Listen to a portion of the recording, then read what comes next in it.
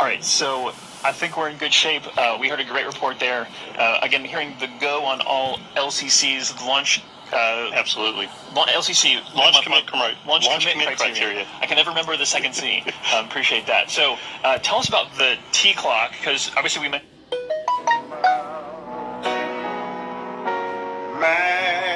Back to Earth, release them, and they'll come down and land. We have a history of doing amazing things in the most challenging. Violation. Again, a big thank you to Jessica Williams of the U.S. Space Force. High School in Northport, Alabama. Everything happens, especially in this T-4 and counting period, because there's a lot of things they have to do. They have to finish topping the vehicle, make sure that all the tanks, first stage, second stage on Centaur, are at flight pressures and full of fuel, ready to go for this morning. They have to make sure the FTS system is armed and ready for personnel safety, just in case, so that the range can do that. They have to check the electrical and avionics systems. They have to make sure that the flight computer has all the information it needs to place Mars 2020 into the orbit it has to. So a lot of things going on. Exciting time for the team right now, but again, staying focused and following that procedure they've got. 3 minutes. As we look ahead to post-liftoff, I want to kind of preview for you what's going to happen, because there's going to be a lot going on. You're not going to hear much from us. You'll actually be hearing from the ULA flight commentator, Jesse Gonzalez. He'll be kind of giving those calls past liftoff that will walk us through maximum dynamic pressure and into SRB separation, and then into fairing separation, booster separation, and then the first main engine ignition of the Centaur, yes. RL-10. And so then you'll kind of hear us jump back in and help provide some more context to what's going on. We encourage you to stay with us for the rest of the show, though. There's a ton more content we have to bring you, and we are far from over. I want to emphasize that the countdown to Mars is not done at 0 today. The countdown to Mars ends in February, when Mars 2020 safely delivers Perseverance and Ingenuity to the surface of the red planet. So we're going to let you listen in now and enjoy the last couple minutes of the process of launching a rocket.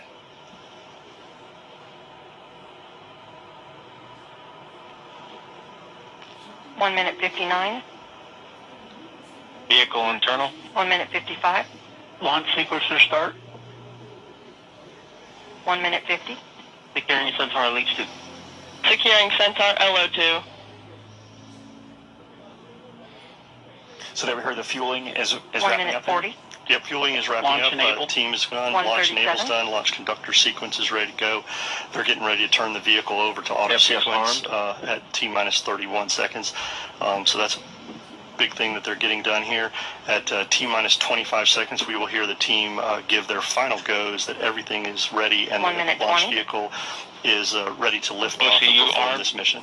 SCS count started. 1 minute 15. Produce CSCS for launch. Roger. 1 minute 10. Then valves locked.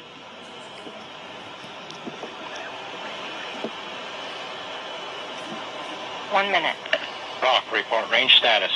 Range green. That's good to hear, Joshua, right there. Public safety there is accounted for, the FTS system. There you see on your screen a beautiful shot. The skies look great. There's little wind happening. You'd be able to see more of the venting. If there were wind, the trail of that venting. So we're ready to go. And actually, that's an important point. The reason we don't see that venting is the vent valves have been locked up to put flight pressure into the tanks. And as we just heard, they're stable at step 3, which means the tanks are ready to go. And here at about 5 seconds, we will hear the team ECS reduced for launch. Give the final go. 25 seconds. Status check. Go Atlas. Go Centaur. Go Mars 2020.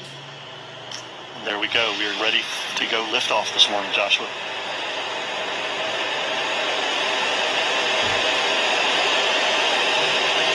8, 7, 6, 5, 4. Engine ignition. 2, 1, 0. And liftoff. As the countdown to Mars continues, the perseverance of humanity launching the next generation of robotic explorers to the red planet.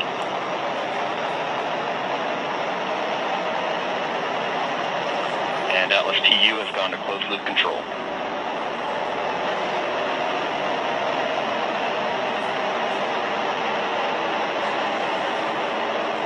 Coming up on 30 seconds into flight, the RD-180 is throttling down as expected. Engine response looks good.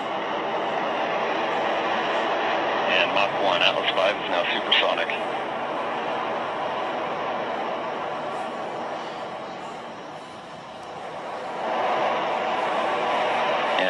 45 seconds into flight, vehicle is now passing through max Q, maximum dynamic pressure.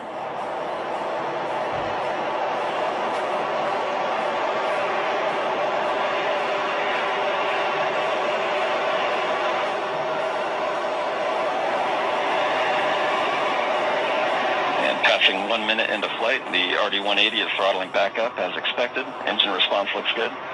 At this time in flight, the SRB chamber pressures remain nominal. The RD-180 pump speed and fuel injector pressures are responding well to demands on the engine. Standing by for SRB burnout shortly.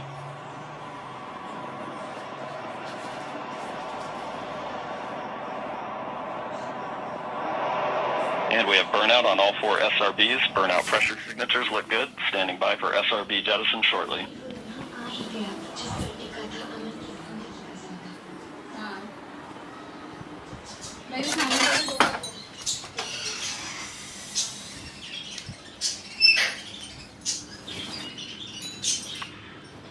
And we have a good indication of SRB jettison of all 4 SRBs. And the vehicle has gone to closed loop guidance. Vehicle body rates are responding nominally at this time.